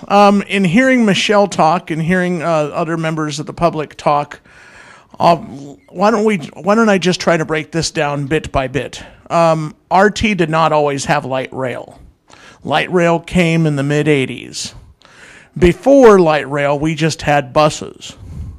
And as I told Henry over here, and as I would stress tonight, and I would stress this tomorrow night if I made it back here, that only those buses that feed into light rail stations should have not only high coverage, but high frequency. Not all buses feed into light rail. Second, I would have to agree with Director Budge that Rancho Cordova is getting shortchanged, and I can tell you one example as to why. We used to have a bus route called the 91. They cut it because of the low ridership. And why was it low ridership? And because it stopped running too early in the daytime. That didn't make sense. I think the way to do this would be every city within the county of Sacramento, and I want to remind everybody here that Roseville, which is in South Placer, they have their own transit system. They have Placer County Transit and Roseville Transit. They're not even a part of our district. But other than having buses that feed into light rail run at high coverage and high frequency and as early and as late as light rail does, every city in our county should have a bus go to the nearest light rail station closest to that city. For example, the light rail station closest to the city of Citrus Heights would be Sunrise, not necessarily Watt and I-80, because Sunrise Boulevard actually goes to a light rail station at the corner of Sunrise and Folsom. You have bus stops that are on Sunrise that are south of Trinity River Drive that are just sitting there rotting and vegetating. You have a stop at Sunrise in Coloma that's sitting and vegetating and rotting away. You have bus stops where the 91 used to go. So I think rather than there being trade-offs, I think we need to look at that which buses go to light rail and which buses don't go to light rail. The ones that do go to light rail should have not only high coverage and but also high frequency. And the bus that goes to light rail, the buses that come from, like, let's say Citrus Heights, should just go to the light rail station that's closest to Citrus Heights, just like the ones in Fair Oaks. I believe the closest one would be Sunrise, and so on. So look, not all buses go to light rail, but the ones that do go to light rail deserve not only higher coverage but higher frequency. The 21 is the best example that I can give. Thank you. Thank you, Rick. Sorry. That's fine. Glenda Marsh.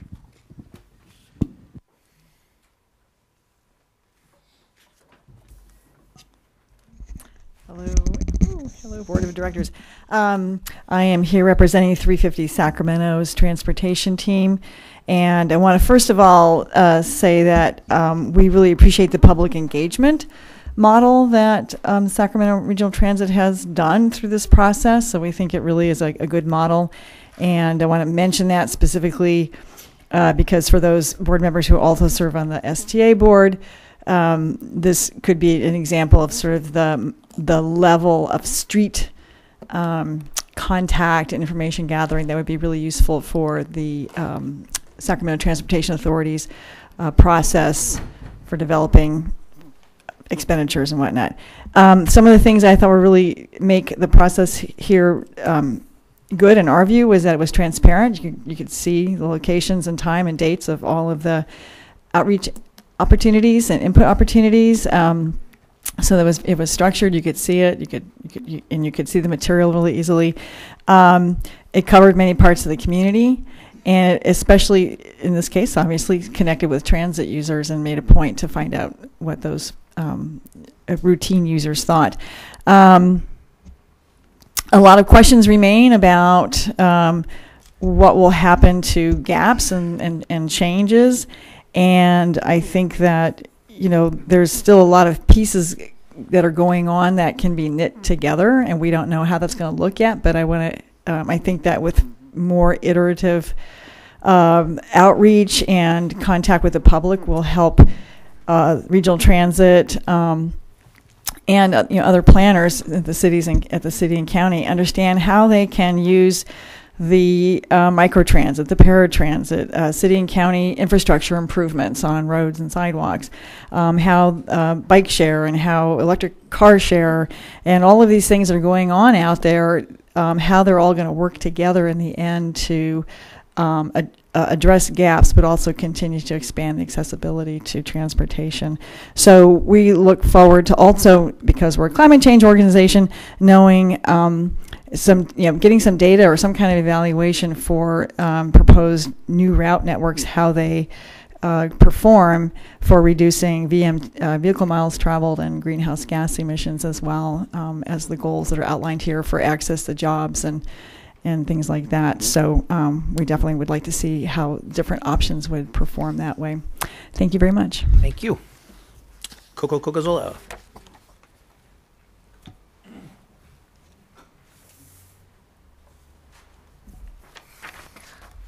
Good evening, thank you. Coco Cocazella. I've heard a lot of good things tonight. It's really interesting process and a lot of positive momentum. the point of my discussion this evening is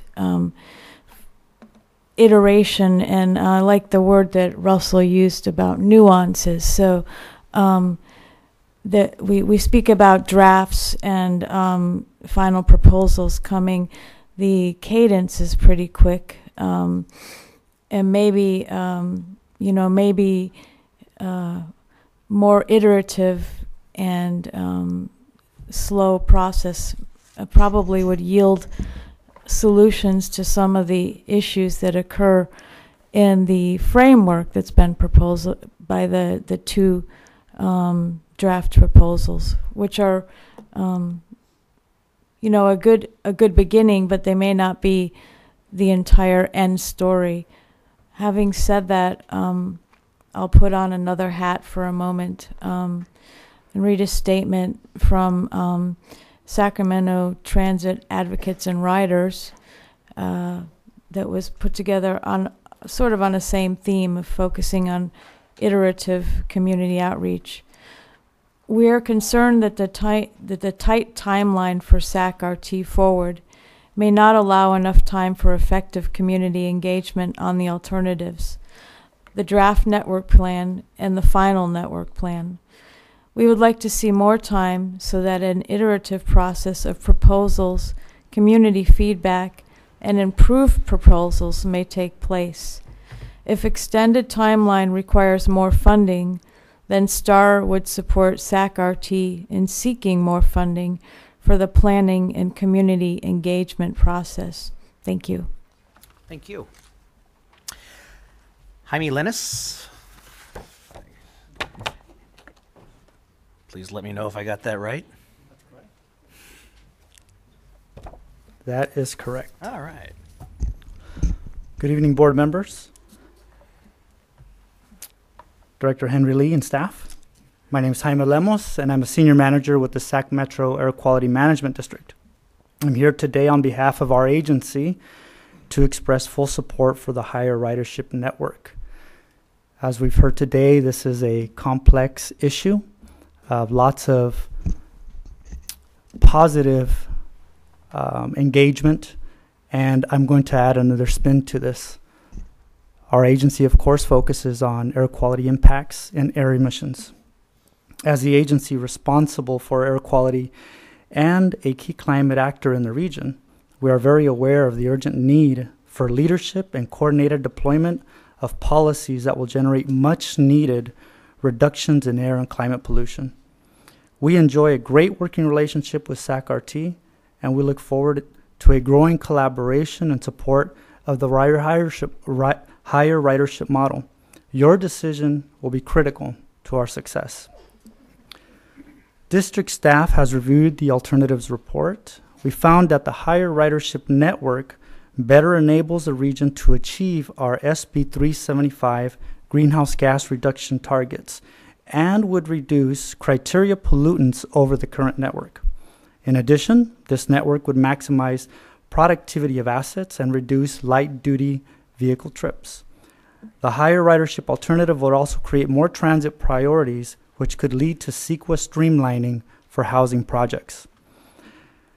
As we've heard today, for the higher ridership model to be successful, complete streets must be available in the service areas, since walking distances are likely to increase with fewer but more frequent bus routes.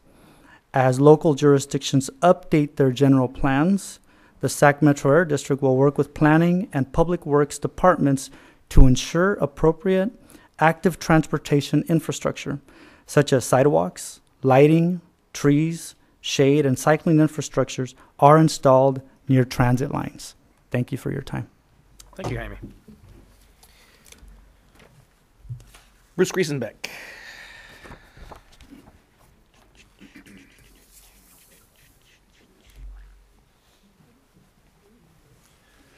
Good evening, Chair Kennedy and members of the board and members of RT staff. First of all, thank you very much for the opportunity to comment on this project, but more important, thank you for actually undertaking this project. It's a really exciting project, we think. It's timely, and it has the chance to really influence how RT does business moving forward. We also recognize that it's a tough project and will require all the people in this room to make some tough decisions over the next few months. And we thank you for just being willing to engage in that. It's not easy. SACOG has been standing with RT in their getting this project launched, helping to identify some of the funding that was needed to complete the funding needed to do it. We're ready and willing to help in any way that we can moving forward from this point on. And we wanted to comment at this point in the process. Our understanding is really you're looking at two alternatives on a spectrum. Neither one is perfect. Each one has significant issues, pros and cons, and that the purpose of where we are now is to get some input on which end of that spectrum you should be starting with in terms of trying to solve those problems and retain as many of the pros and reduce as many of the cons as possible. So in general, SACOG as an agency is focused on transportation planning, long-range transportation planning, and assisting our member agencies in implementing projects to move us toward those long-range goals. Some of the performance outcomes that we really are focusing on in our long-range plan update, which is ongoing now, are reducing vehicle emissions. We're a key partner of the Air District in trying to get lower tailpipe emissions. We also are working to help our region contribute to the state's meeting of climate change goals by reducing greenhouse gas emissions from vehicles. Also, a lot of our members and our board members are very concerned, some of which are around the table today, are very concerned about congestion and the effect that that has on the livability and the competitiveness of our region. And finally, connecting disadvantaged communities to jobs and education opportunities to advance them. All of those goals we feel are improved by focusing on increasing ridership and getting more ridership out of the investment that we're making in transit. So for that spectrum that's in front of us now, we do feel and recommend starting from the ridership end of the spectrum and trying to solve the problems that some of which were pointed out today, but to retain as much of that as possible. We feel that ridership alternative provides a really great framework to focus on developing more infill and compact development and transit-oriented development over time, which will start a virtuous cycle that generates more ridership. Thank you very much. Great. Thank you, Bruce. Thanks for being here. Can we do questions? Yep. So thank you. I don't know if, Bruce, thanks for coming tonight. I don't know if this is for our consultant or for Henry, but on the last two speakers, these are really important questions for the region as a whole, around air quality, vehicle miles traveled, all that. How are we trying to quantify that within the decisions that we're going to make? I mean, I know there are issues. Mm-hmm. It's not just about ridership. So how does that discussion, how does that interact with the discussion that we need to have once we get there? We are not going to provide you with a ridership forecast for the future because forecasts contain lots of assumptions that have to do with culture, and culture changes fast. They also contain economic assumptions. As you know, economic conditions can change fast.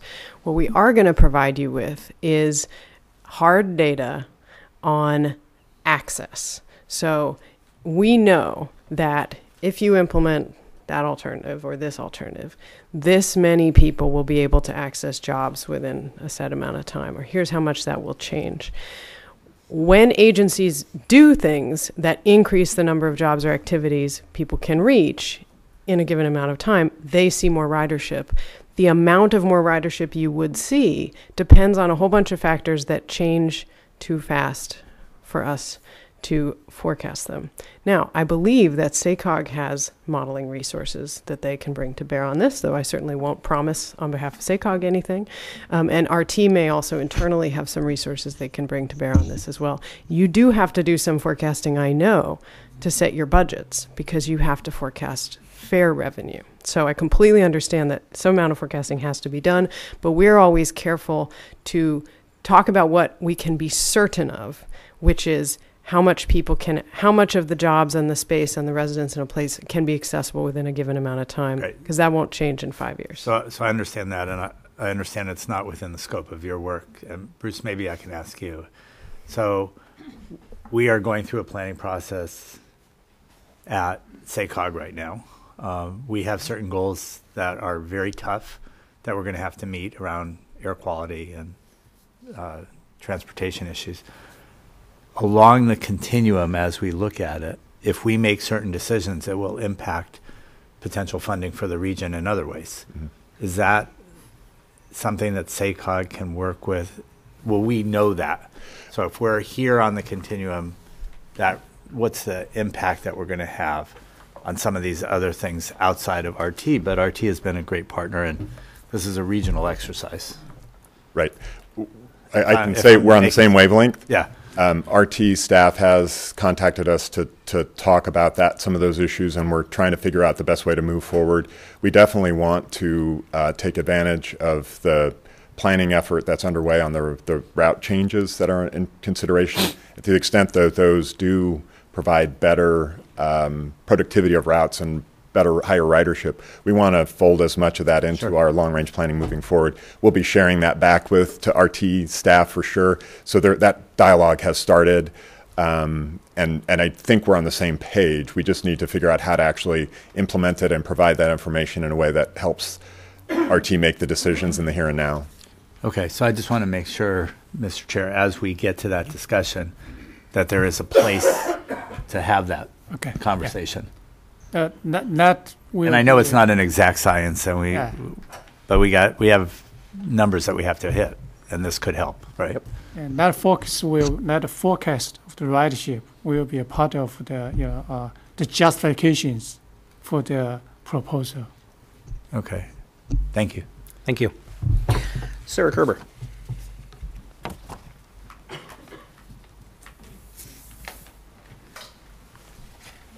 Good evening, Chair and Board. My name is Sarah Kerber. I'm with the Sacramento Transit Riders Union. I've come here tonight to talk about some concerns that our members have expressed over the past several weeks with regards to the progress of this project. We have been concerned from the very beginning of it about the incorporation of meaningful public engagement throughout this process. We know that 600 people have participated. Our members were concerned because we haven't yet seen that participation be included into any of the information we've been provided. I understand that this may not be the point at which the stakeholder engagement will be incorporated, which leads to another anxiety that our members are having about the timeline of this project. We were provided in the spring with this very vague timeline, and I don't think the public has received any more updated details about when decisions are being made, when information is being presented. It was unclear the purpose of the presentation tonight to a lot of members of the public. It's unclear about what's going to happen in December at the meeting. I see here that a final network plan is going to be presented in March. I'm not sure what that will mean for the board, what decisions you'll be making, if it'll just be the conclusion of this project. So some additional clarification on that for the public I think would be beneficial. Additionally, members have had a lot of anxiety about some of the language used in this project. The proposals or the alternatives I think feel very definitive to members of the public, as it does feel like you are choosing between one of these options, which Michelle expressed is not what they are intending to do. They're intending to provide this as a spectrum or defining our values as a community. But that's not how a lot of people are interpreting it. They're interpreting it as, I have to choose coverage or I have to choose frequency, and I don't know if I'm going to get what I want with either plan. So I think maybe some additional focus on language choice would be helpful in moving forward. Additionally, the labeling of the maps has been confusing for people because our understanding is that we've been presented with a choice between ridership between coverage and frequency, but one of the maps is repeatedly labeled ridership. And as Michelle just expressed, increasing frequency doesn't necessarily mean that ridership will increase. There's a lot of other factors that go into our community that will impact how ridership increases or decreases with the way that we change our routes. So maybe some more thoughtfulness in how we're labeling our maps and the language we're using to communicate with the members of the public as we go forward would be helpful and would put our members' minds at ease. Thank you. Thank you, Henry. Would Laura be the right person for them to have direct contact with? Because those are some legitimate. Yeah, absolutely. Easy. Laura, James, and two James, and then they, yeah. Sarah, would you meet with them? And I was going to have them come up, but you ended up listing 7 or 8 things. So if you could do that, that'd be great. All right. Thank you. And that is the last card that I have. Is there any other questions of the board, comments? Next item, please. Item number 5, the general manager's report. Okay, good evening, Chair Kennedy, members of the board, and the public. I'm going to cut my speech from 5 minutes to 2.5 minutes. Okay. Will you sing? Yes. So first, I would like to congratulate Sac County board members on the successful last Tuesday's re-election bids. This includes Rancho Cordova Mayor Linda Budge,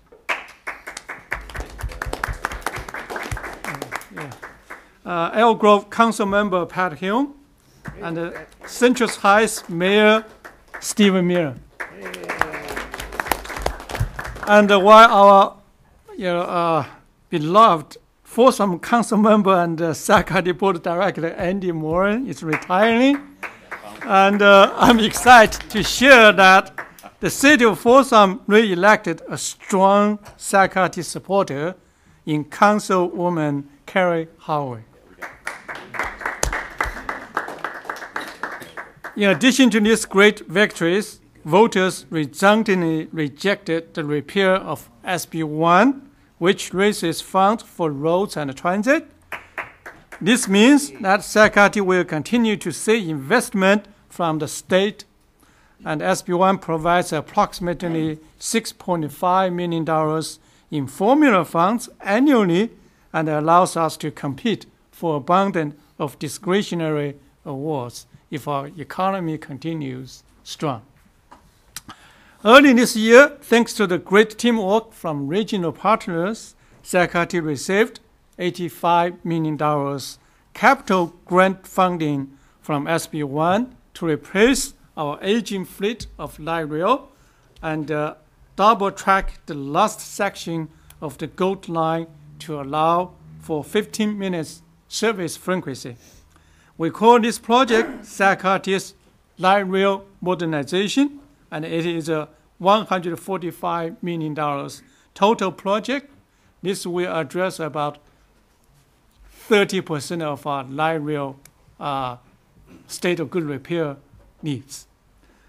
So $60 million in matching funds is still needed, which we are working very hard on this currently. We just got some great news from for the source of this matching fund last week from the federal funds that SACOG recommended to distribute through the 6-county region. SACOG has over $132 million that was recommended to fund lots of small and medium-sized projects, but still they have $60 million fund left for the next round, of which we received $10 million to assist with our light rail modernization as local matching fund. That still leaves us with over $50 million, $50 million, that needs to be secured. We're working with our chair, SACOG chair, and both chairs are here, and other stakeholders to look for additional match to ensure we can get this project completed soon. Additionally, we received approximately $3 million from SACOG to support our zero-emission shuttle service from UC Davis campus to the UC Davis Medical Center in Sacramento, of which Electrify America, Inc. is providing over $10 million to us to purchase the vehicles and charging infrastructure.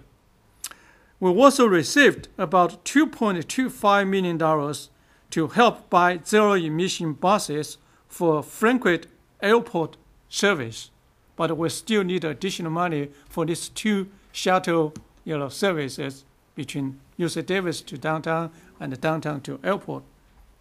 We anticipate having approximately 50 zero-emission vehicles in our fleet in the coming 1 to 2 years, which will greatly modernize our system. That concludes my GM report, and if you have any questions, I would love to answer. Any questions? We do have one card from the public, and that would be Mr. Rick Hodgkins.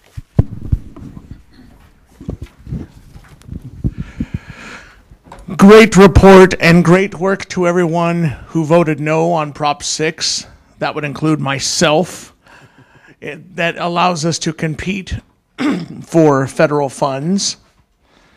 And also having the gas tax in place will allow us to possibly get rid of some of the derogatory and inflammatory language that Sarah talked about on the last item, which would again allow us to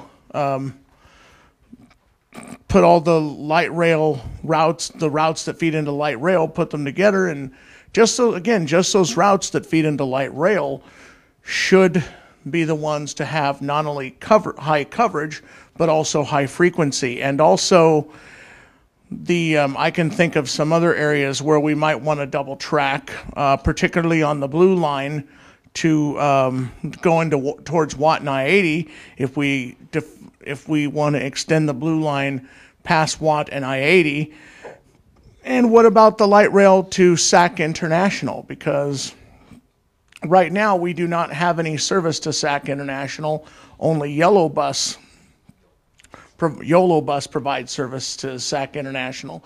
And I would like to see the light rail possibly go to the airport and perhaps all the lines double track, the way BART does things in the Bay Area, having all the lines interconnect so that the Green Line, for example, can go past 13th Street and become a Gold Line train, or become a Blue Line train and go to CRC or to Elk Grove. So that's all I have to say on the GM's report. I'm very happy with what we're doing, thanks partially to the passage of, thanks to the demolition of Prop 6 last week. All right, thank you very much. Next item. Item number 6, Sacramento Placerville Transportation Corridor JPA written summary in your packages. If Director Budge has anything further to add. I do not. Any other reports, ideas, or questions from directors? Does not look like it. I'll announce the closed session items. A, conference with labor negotiator, employee organization, ASME supervisors unit, and B, public employee performance evaluation, general manager, CEO. Then we will recess into closed session. Thanks to everybody for being here. I think I'm going to skip closed session. All righty.